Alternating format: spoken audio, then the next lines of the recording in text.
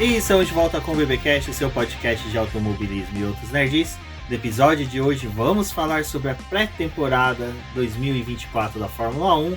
E aqui comigo está a Débora Santeira. Bem-vinda, Débora. Olá, pessoal. Sejam bem-vindos a mais um episódio do BBcast. Agora falando sobre a temporada 2024. E é isso, né, galera? Assim, a Red Bull, né? Bom, nossas expectativas de uma boa temporada foi igual a luta do Bambam e do Popó, durou pouco. Porque quando vimos ali Max Verstappen e Red Bull de novo na pista, foi só tristeza. Bom, eu sou o Rubens GP Neto e vamos falar da pré-temporada. A Débora que acompanhou, assistiu aí todos os treinos, vai trazer bastante informações para nós. Porém, antes de prosseguirmos, vamos lembrar sempre dos recadinhos do Paddock, principalmente do nosso financiamento coletivo e contínuo do Apoies, que é muito importante para financiar, auxiliar aqui no desenvolvimento e no crescimento do boletim do Paddock. Agradecer a todo mundo aí que aguardou as férias, esteve com a gente, apoiando, lendo os posts. Isso foi muito importante também para nós, para incentivar, né, nosso crescimento aqui, nossa produção de conteúdo. Para vocês também que fazem as suas compras na Amazon, não deixe de usar o nosso link ao longo do ano. Eu também acabo compartilhando algumas promoções, algumas coisas que vejo por lá. Mas sempre que você precisar comprar qualquer item, utilize o nosso link, porque acaba também auxiliando o nosso trabalho aqui, que a gente recebe uma pequena comissão e nenhum valor vai ser acrescido no final das suas compras. E também, mais um recadinho aí para poder finalizar, não deixem de se inscrever lá no nosso canal no YouTube, e se você não é ainda um membro, faça também a sua inscrição por lá, que é uma forma de ajudar e manter também o nosso canal no YouTube, as nossas lives e os vídeos.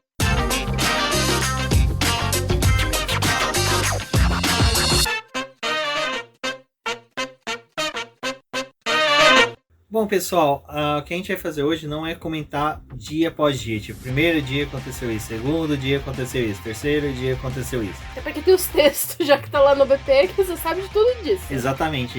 Tanto eu como a Débora fizemos 2 resumos, né? Cada um com a sua visão do que aconteceu nos 3 dias. Então, dê uma passadinha lá. É bem interessante, que daí você já fica por dentro e essa semana você já consegue, quando chegar nos testes ali, você já não ficar tão iludido com algumas equipes. Bom, acho que antes da gente seguir primeiro nos testes, o que a gente pode falar é que foi os problemas que a gente teve com o ralo, né? E é ralo de chão, né? Bueiro. Não é o halo do carro, como foi aquele meme que o estagiário fez. Foi até engraçado. Compartilhando nas redes sociais também. Então, né, Débora? Bahrein parece que a pista está se desfazendo. Já tem os bumps, né? Que se acentuaram, né, conforme os anos passando. E os bueiros, né, que nos 2 últimos dias se soltaram e acabaram atrasando os testes, e no terceiro dia fizeram um testão, né? Um big test. Fizeram um big test. Ficaram ali 8 horas. Falaram assim, já que a jornada é de 8 horas, vamos ficar 8 horas direto correndo. Então a gente teve esse infortúnio aí de novo, né? Infortúnio é um bom termo. É um bom termo. Eu quero ver você ter coragem de chegar com o Adranil e lá deitado no chão, debaixo do carro da Red Bull, e falar assim, pô, Adranil, que infortúnio, hein, você tem contado. Palavras boas. Mas é isso, né, galera? A gente teve essa grelha de escoamento de água, que ela fica um pouco antes do que é a zebra, né? Então ela é usada ali, se chove, escoa água. É importante porque nos testes da Fórmula 2 choveu como nunca, né? A gente gostaria que tivesse chovido também na Fórmula 1, mas não aconteceu. E com a passagem dos carros ali, foi principalmente na curva 11 que deu problema, essa grelha se soltou, né? E foi o que eu falei, a Ferrari ela precisa fazer um seguro contra bueiros e equipamentos de água pluviais. Ó, que bonito também. Porque a querida sempre envolvida, né? Sempre com problema no assoalho aí por conta dessas coisas. Aconteceu com o Carlos Sainz em Las Vegas, aconteceu de novo agora. Eu quero ver quem que vai ser o fã corajoso que vai dar de presente Carlos Sainz e pro Leclerc um exemplar do It. Eu daria. Eu posso ser esse... Eu deixo de subliminar, né? Exato. Pra quem não sabe, estiver ouvindo o BBcast, já, por favor, It, a coisa, do Stephen King, que tem um palhaço lá, né? Como é que é o nome do palhaço? É que eu chamo de a coisa. Pennywise. É que você que é a... especialista, né? O fã do Stephen King tem qual apelido? Não sei, será King Love? Eu acho que é mais ou menos. Porque pra gostar de ler King, olha... É bom, mas, gente, muito sangue, muita morte, muito bueiro. Enfim, né? É isso. O It saiu de lá pra poder causar. no primeiro dia, no segundo dia de testes, né? A gente teve 2 horas de teste e as últimas 2 horas da manhã foram atrapalhadas por causa do bueiro. E aí começou aquela coisa, né? Tem que verificar tudo, tem que ver toda a pista, o que tá acontecendo. Voltaram os testes à tarde com 5 horas de teste, o que foi bom também, porque foi uma tacada só. E aí a gente teve o fatídico terceiro dia, que os testes mal começaram e já foram interrompidos, porque teve novamente a grelha lá se soltando, e aí resolveram, né, cancelar uma parte ali da manhã para poder fazer as verificações que eram necessárias, e a hora que a sessão voltasse iam ser 7h20 direto de avaliação. Só que assim, é muito ruim essa coisa do bueiro, e eu acho que é algo que, cara, não foi muito bem previsto para as pistas, né? Porque os carros realmente estão cada vez com mais eficiência no assoalho do carro. Então, obviamente, cada vez mais esse assoalho vai sugar o que tá ali embaixo do carro, né? E, enfim, né? Também a forma como estão fazendo os circuitos, né? Tudo bem, o circuito do Bahrein ele já é bem antigo. Mas o fato de você ter a grelha ali antes da zebra e cada vez mais eles têm aumentado as zebras, né? Deixando ela naquele formato de diamante, elevando elas para os pilotos não ficarem atacando tanto. Então a gente vai vendo que problemas vão surgindo, né? Os carros vão tendo mais eficiência, eles vão mudando a pista, nem sempre para poder corresponder à eficiência do carro. E isso surge como um problema. E é até interessante que nesse fim de semana, depois que a gente já teve todos esses problemas no Bahrein, o circuito do Qatar tá passando por uma revisão e eles vão fazer uma mudança nas grelhas ali também de escoamento de água para poder resolver esse problema, para quando a Fórmula 1 for correr lá não ter essa questão. Só que, cara, eu acho que assim, sinceramente, vai ser um problema para outras pistas ao longo do ano. E é necessário que os promotores, os donos dos circuitos façam uma revisão na pista. Infelizmente, também é um problema nos circuitos de rua, né? Porque se não tem um trabalho bem feito, como aconteceu lá em Las Vegas, isso vai acabar atrapalhando a categoria. E aí, a pergunta que sempre fica a conta vai ficar pra quem, né? Porque até o Visser falou, a gente vai cobrar, porque o carro da Ferrari teve problema e a gente tava em período de teste, né? Então, não tem como deixar as coisas assim a Deus dará. Nesse ponto, pra Ferrari é bem melhor ser o Visser, né? Que se fosse Binotto, tá bom, galera. Passa uma massa plástica aí, deixa pra lá. Mas no do bueiro, eu acho que a Débora pontuou, tá perfeito. Só a questão realmente de que foi uma coisa que eu comentei no Twitter, né? E se fosse no Brasil, né? Interlagos estava com sério risco de nunca mais nem receber GP, né? E sendo que Bahrein semana que vem tá recebendo GP aí. Se acontece no meio da corrida... Não, que bom que foi pelo menos nos testes pré-temporada, né? Que eles tinham mais tempo para poder recuperar ali em ação. Mas se for no final de semana da corrida, dá todo aquele transtorno que foi o que aconteceu com Las Vegas, né? E Las Vegas ainda foi pior, porque assim, o Bahrein, eles têm dados. Agora, ainda mais com as pré-temporadas sendo realizadas lá, tipo, é um circuito que eles já têm uma excelente leitura. Mas de uma pista que é nova ou que tá retornando pro calendário, não é muito fácil. Exato. Bom, e agora entrando nos testes em si, o ponto alto, acho que até você pontuou muito bem nos seus textos, Débora, é a questão da confiabilidade, né? A Haas, por exemplo, é a equipe que mais voltas deu e era uma equipe que nos últimos anos, até quando surgiu a introdução desse novo regulamento, quebrava direto, né? A Haas deu 441 voltas, enquanto que a Ferrari deu 416 e assim por diante. E a Williams, a que mais sofreu com confiabilidade, houve quebras ali, deu apenas 299 voltas, né? Praticamente quase 50 voltas a menos do que a Haas. Então, acho que é algo que é importante destacar, que a gente tá no 3º ano desses novos regulamentos. E foi um ano que a gente não viu tantas quebras assim, tipo, óbvio, teve equipe que passou por alguns desafios, como você pontuou, né? A Williams, a McLaren também teve problema, a Red Bull com o Pérez também, mas a gente não teve interrupção dos treinos por conta disso. As interrupções que teve foi por conta do problema da grelha na pista, mas dos carros não, então não teve carro parando e ficando ali por alguns minutos, tirando o tempo das outras equipes. Acho que isso é bem valioso. Também acho que vale dizer que, assim, a gente tá num momento ainda de congelamento dos motores, né? Então, os motores estão, de certa forma, mais confiáveis. O que podia ser mexido ali dentro do que era permitido foi bem executado pelas equipes. A gente não tá vendo tantas quebras, por mais que a categoria tenha aumentado ali a quantidade de motores para esse ano, né? Sejam 4 motores disponíveis, tanto agora para 2024 como para 2025, a gente chegou no momento ok dos motores, porque geralmente o que acontecia era você ter uma mudança nos carros e acompanhada de uma mudança nos motores, né? Quem era fornecedora de motor tentava dar um upgrade ali no motor. E acabava que a gente tinha uma pré-temporada bem caótica, com vários carros quebrando, essas coisas. Não foi o que aconteceu esse ano, então acho que foi bem positivo. Em questão de quilometragem, a Haas foi realmente o que mais me surpreendeu, não só por ela ter feito a maior quantidade de voltas, também por não ter enfrentado tanta quebra. Quem se lembra do ano passado, do ano retrasado, a Haas e a Alfa Romeo, coitadas, sempre com vários problemas, e é uma preocupação, porque por mais que o carro da Ferrari não estivesse dando problema, ter as equipes que usam o seu motor quebrando já era um indício que a Ferrari ia ter problemas ao longo do ano, e realmente teve, né? A Ferrari sofreu com o abandono de falta de potência, com o motor dando algum pepino ali, e acho que esse ano talvez a Ferrari fique um pouco mais tranquila nesse sentido. As 5 primeiras equipes, né, que mais deram voltas, 3 são com motores Ferrari, né? A Haas, a Ferrari e a Kik Sauber. Kik Sauber. Não, é que bem... eu vou chamar de Sauber. esse lance da Haas ter conseguido dar bastante voltas é muito bom, por causa que para uma equipe que falou que estaria no fundo do grid, último lugar, e mais pra frente a gente vai conversar sobre quem realmente deve figurar lá, o fato dela não quebrar já tem uma confiabilidade muito bom. Porque por mais que seja, os pilotos, se você larga ali entre os últimos colocados e consegue se livrar nas primeiras voltas de incidentes, você consegue ter boas posições, até tentar garear pontos naqueles corridas que são aquele furdunço total. E aí, ano passado eles tinham ritmo de corrida, quer dizer, eles tinham ritmo de classificação, a Haas não tinha ritmo de corrida por causa da degradação dos pneus. E toda a pré-temporada deles foi focado na degradação dos pneus, então eles trabalharam para poder melhorar o desempenho e tentar, com isso, né, fazer boas classificações e ter uma corrida digna.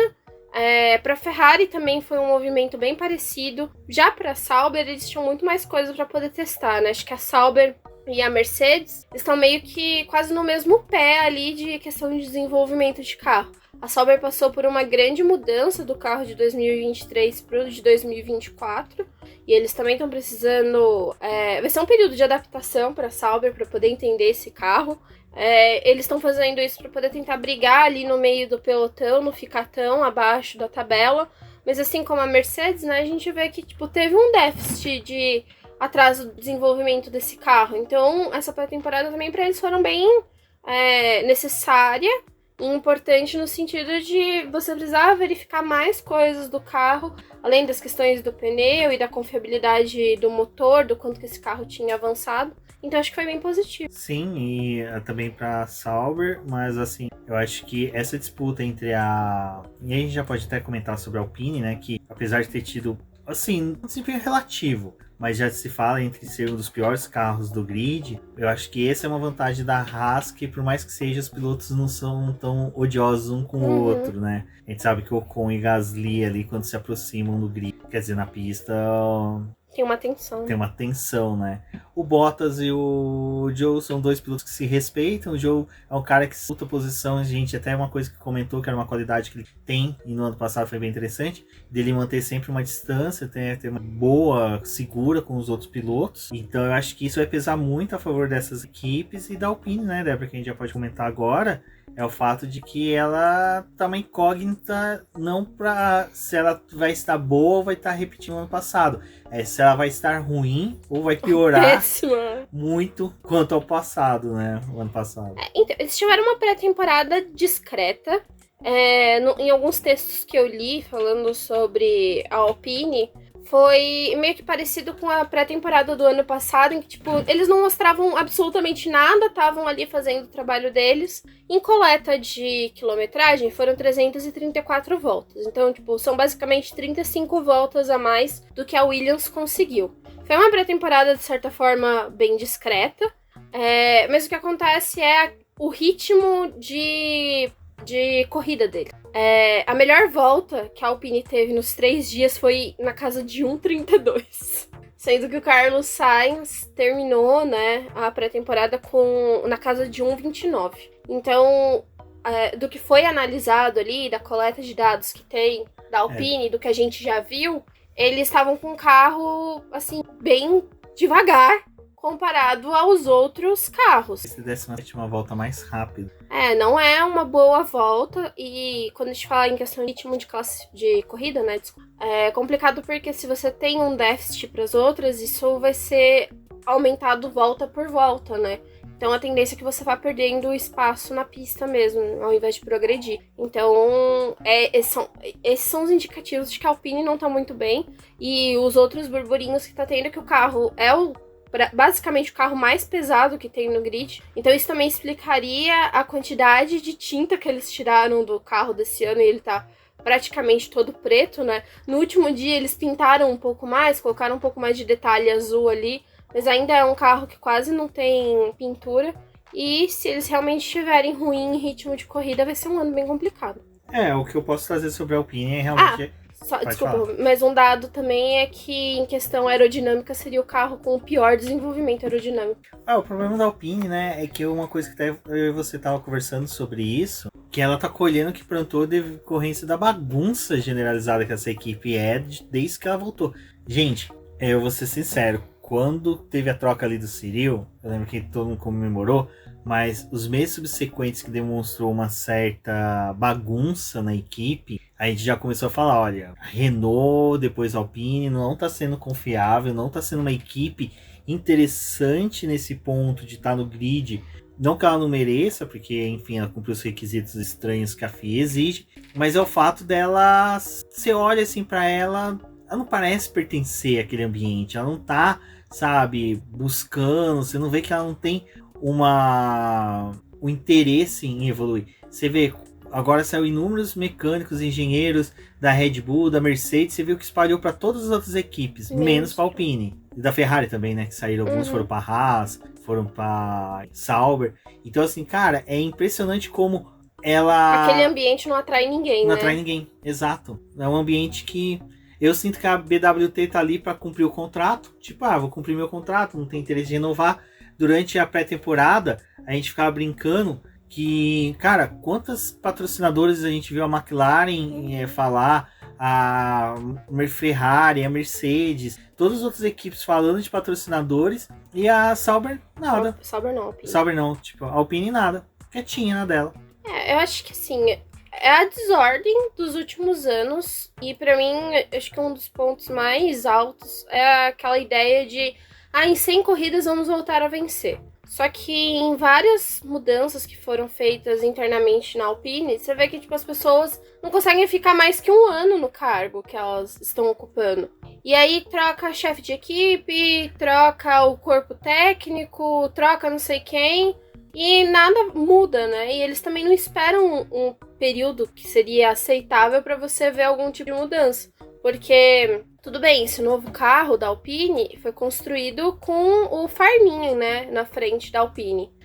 Só que até então, quando o Otmar saiu lá no GP do Bahrein, o Farmin tinha falado que ele só ia ficar por alguns meses porque eles estavam em negociação para poder buscar um outro chefe de equipe. Não conseguiram um outro chefe de equipe, e aí, depois de tudo que o Farmin viu, ele resolveu ficar na equipe e ele vai ser o chefe de equipe. Vai liderar a Alpine ao longo do ano.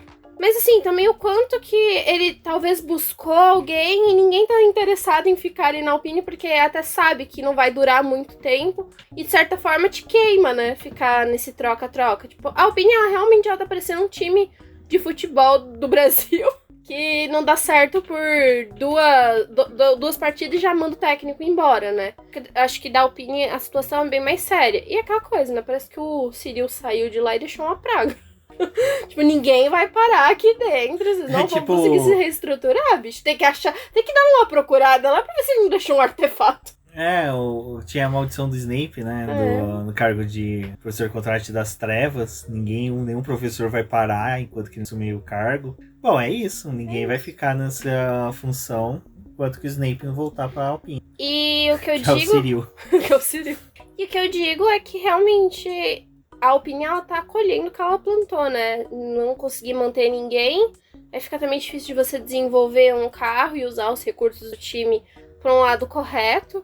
Veio toda aquela trupe ali de investidores para a Alpine. Só que cadê, né, realmente uma transformação da equipe não está tendo. E eu acho que é aquela coisa, a gente também teve algo que eu tava discutindo com o Rubens, que é o fato dos pódios que a Alpine teve nos últimos anos, do quanto mascarou a ruindade que o time tava. Porque ano passado eles tiveram 2 pódios, até a gente fez um dos podcasts falando que achava que a Alpine ia ficar na frente da McLaren, porque a McLaren tava aquela draga toda.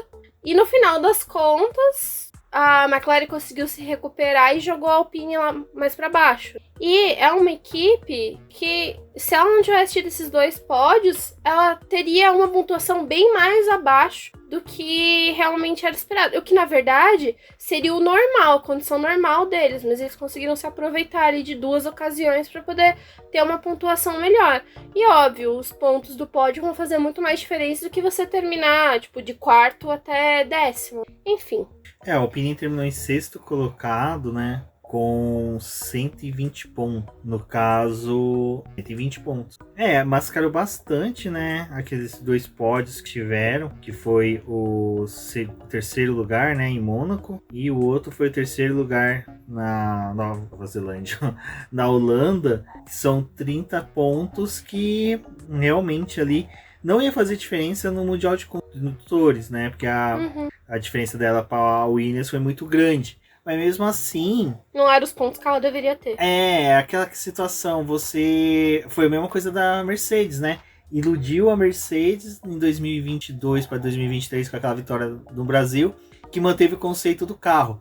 Parece que esses 2 pódios iludiu a Alpine e falaram, não, a gente tá no caminho certo, a gente tem que continuar dessa forma, hein? Só que esquece as outras 20 corridas que teve no ano, né? Que foram péssimas, né? Mas é isso, acho que da Alpine é isso, né, Débora? A McLaren que realmente também a gente... sim, o que demonstra é que ela tem chance de evoluir.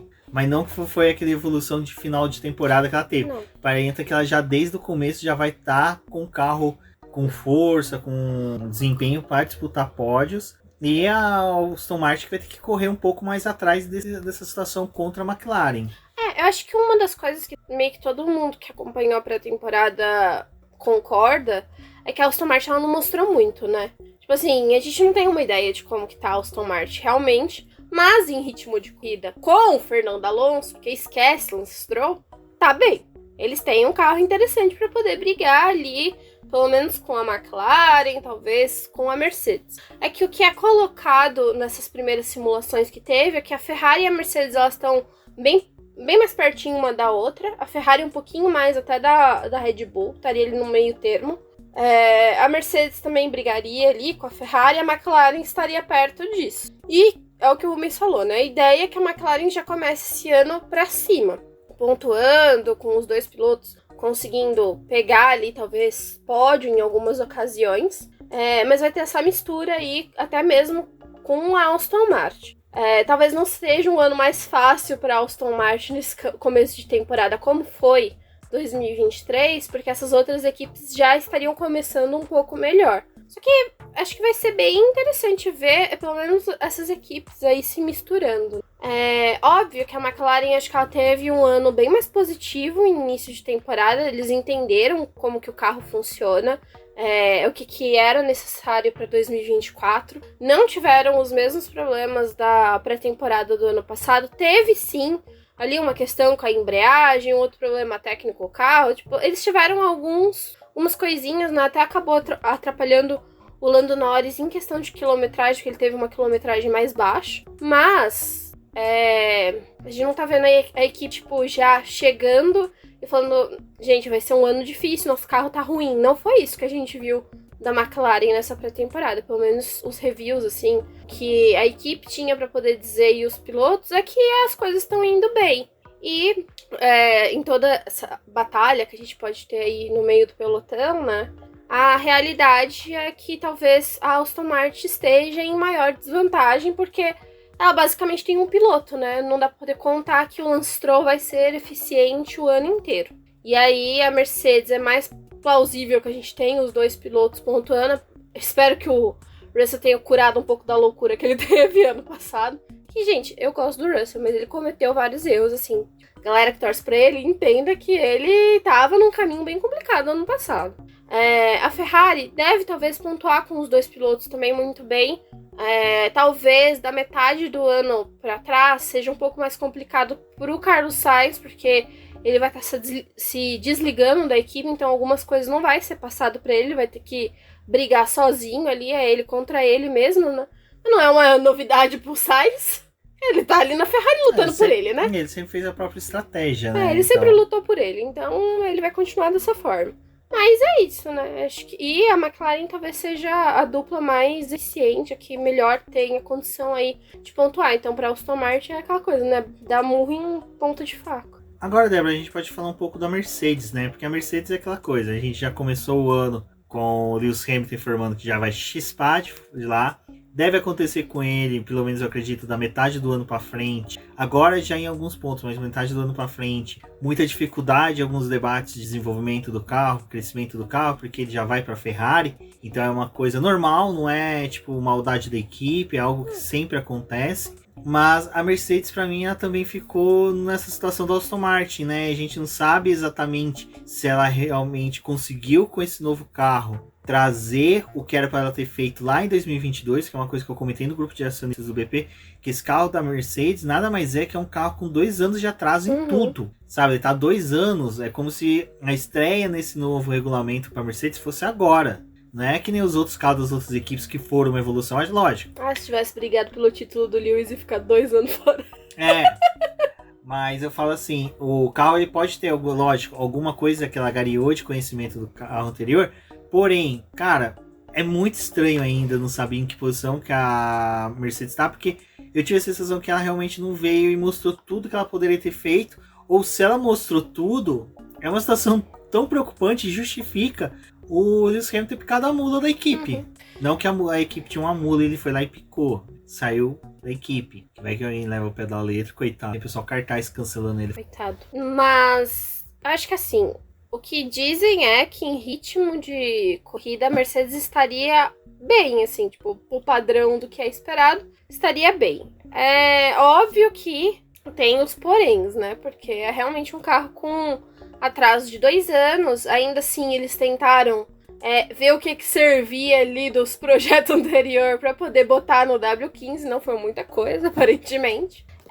O James Allison mostrou que tá mais o tipo de projeto, com o carro, com as mudanças. Eles falaram muito, assim, no lançamento. Né? Eles pontuaram que o carro tinha mudado bastante, a parte traseira ali tinha sido toda reformulada, mas eles precisaram fazer um trabalho geral no carro, então também assoalho, todo redesenhado, todas essas coisas, né? Só que no primeiro dia de testes a gente viu ali, tipo, quando levantava um pouco mais o carro balançava. Tipo, tinha basicamente o efeito do porpoising, né? Que é algo que atrapalhou bastante os times nos 2 primeiros anos. Então eles precisaram abaixar mais o carro. Só que no Bahrein foi complicado, porque abaixar mais o carro significava você ter que lidar com os bumps da pista. Que a pista estava cheia de bump. Então isso também não foi muito bom.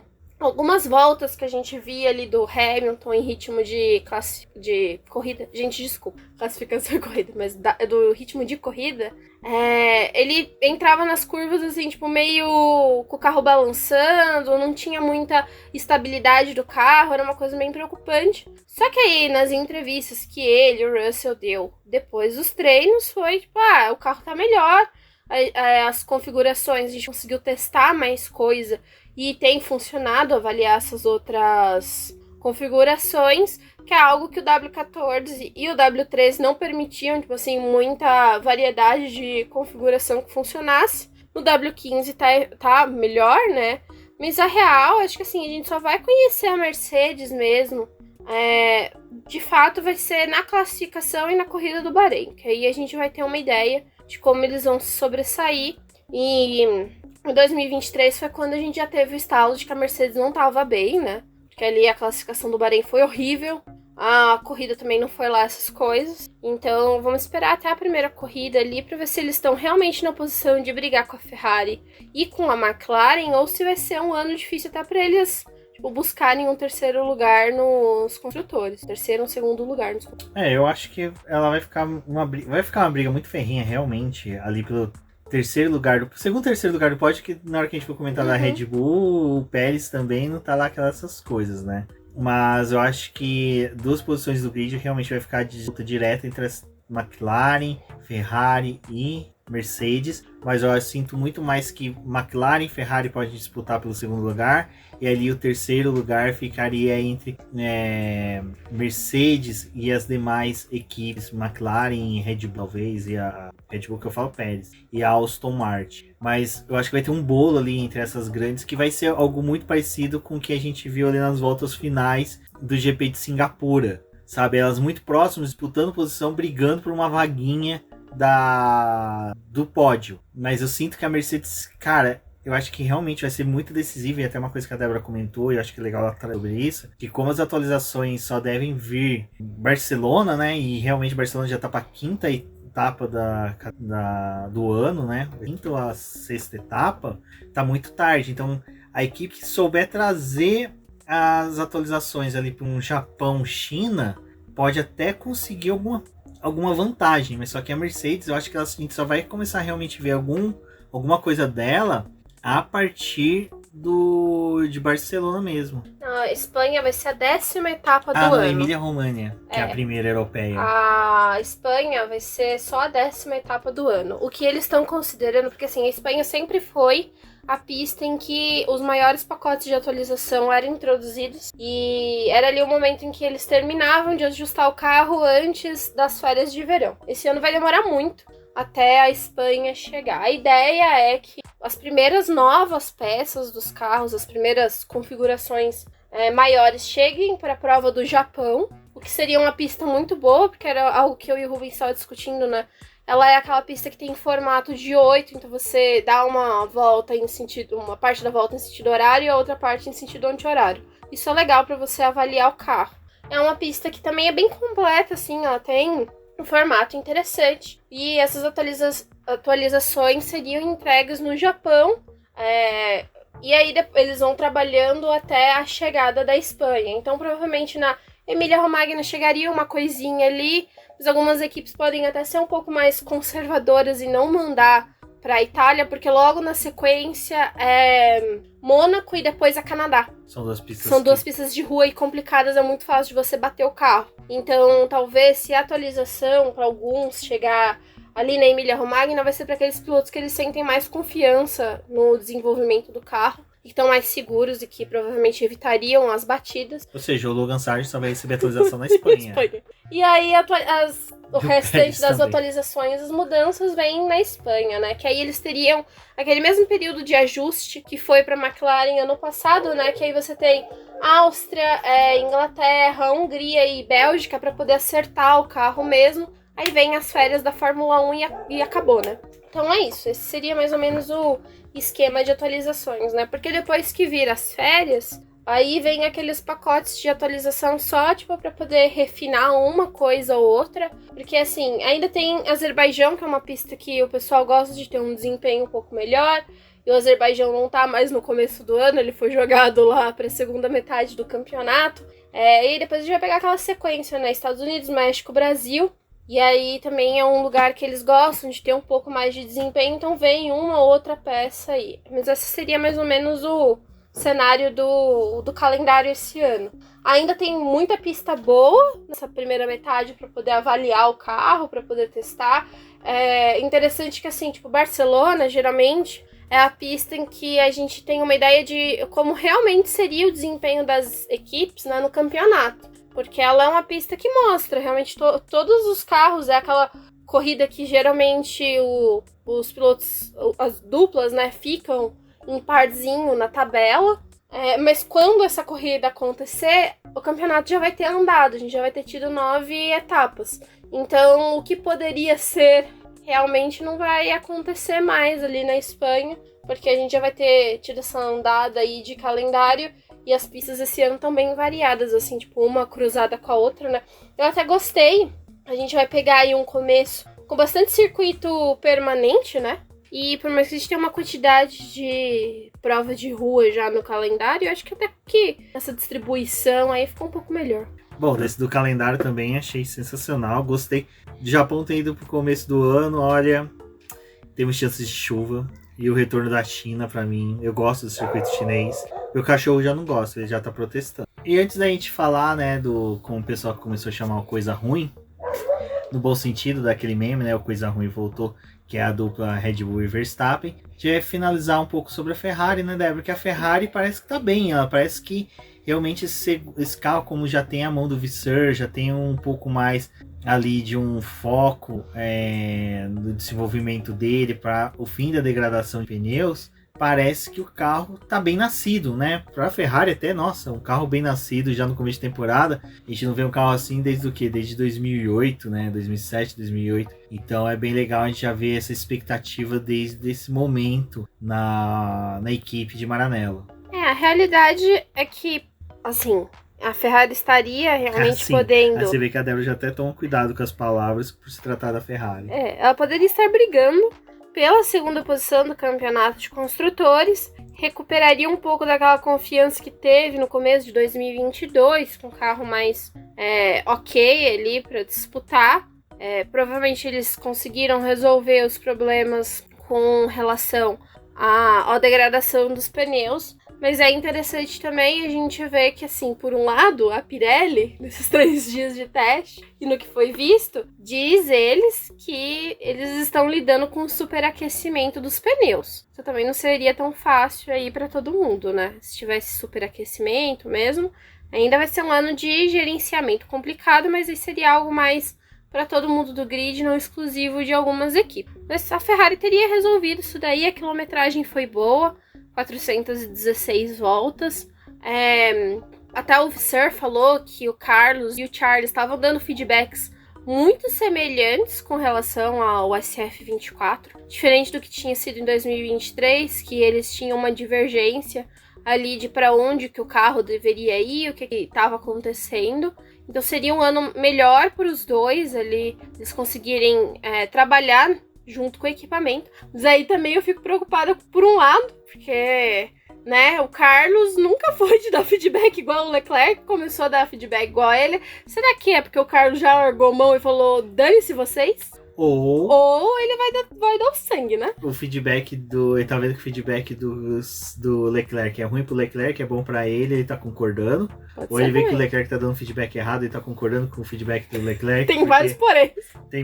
Cara, é muitas camadas. Porque nunca concordaram. E agora que chegou esse... o carro tá bom pra gente. Sei lá, né? Vamos ver. Quero ver aí também como que vai ser as primeiras corridas. Ou já pensou, o Carlos Sainz já tá fechado com a Mercedes, e o Toto falou, fode a equipe daí de dentro, pro Lewis pegar um carro de bosta ano que vem. Pra ele passar aperto, né? E aí vem pra cá, Carlos Sainz, ser campeão. E o carro da Mercedes ano que vem vai estar estampado, a vingança nunca é plena. Matar um e veneno. Não sei, galera. A Ferrari é uma incógnita. Pelo menos se não quebrar em questão de motor, a gente já tá em vantagem, né? Exato. Bom, e vamos falar, né, da Red Bull. Sujeita paulada quem fala que aquele carro tem um 0 pod, porque não tem. Caramba!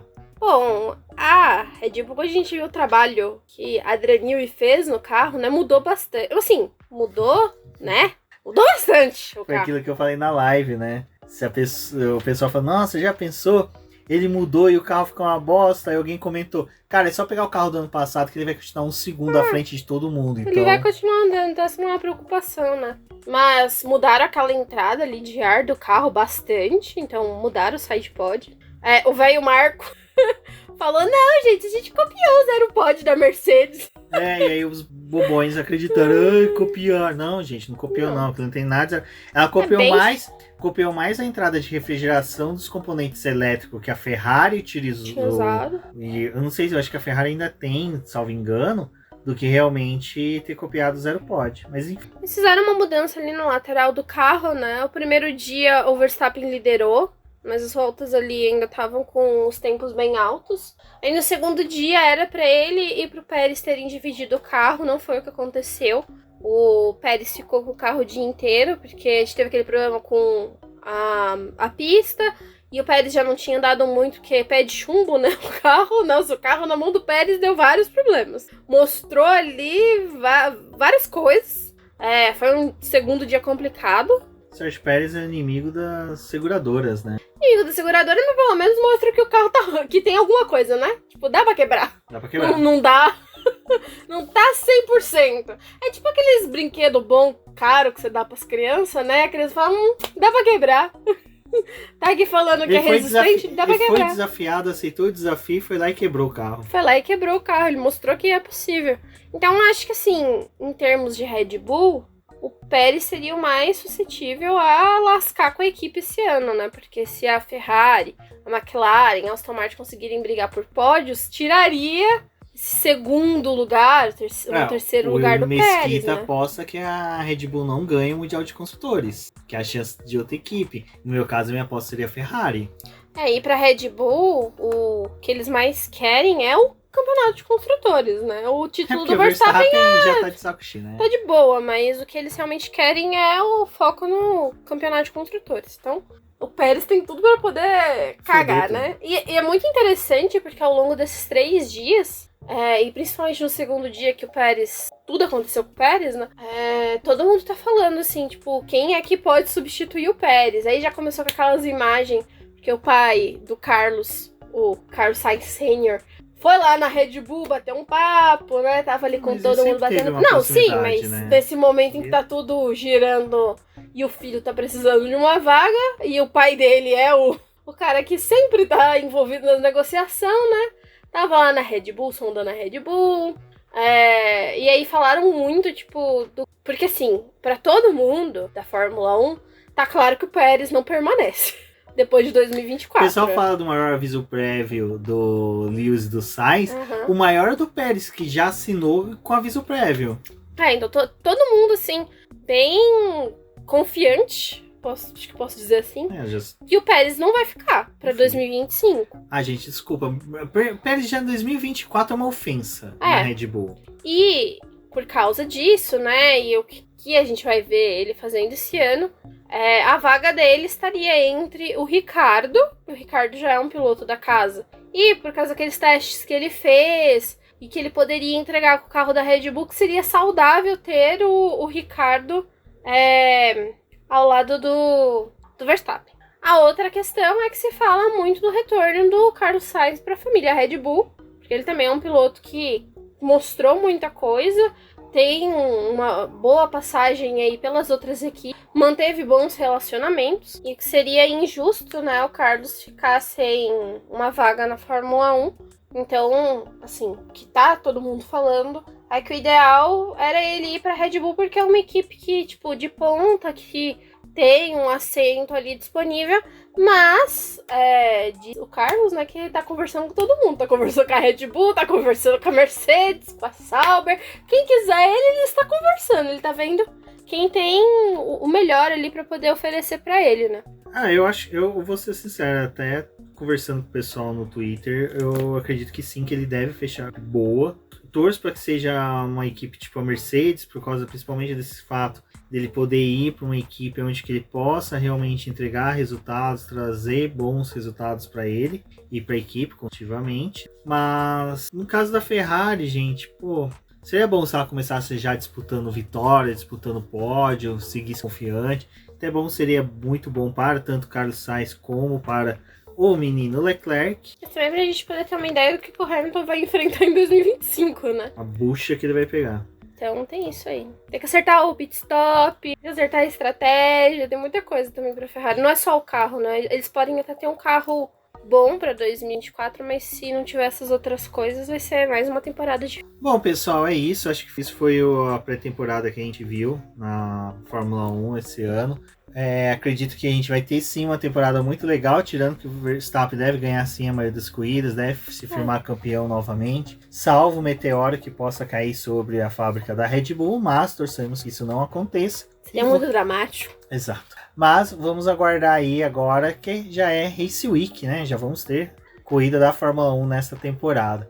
Bom, eu sou o Rubem GP Neto, agradeço a todo mundo, um forte abraço e até a próxima. Eu sou a Débora Almeida, obrigada por escutar o programa até aqui e até a próxima.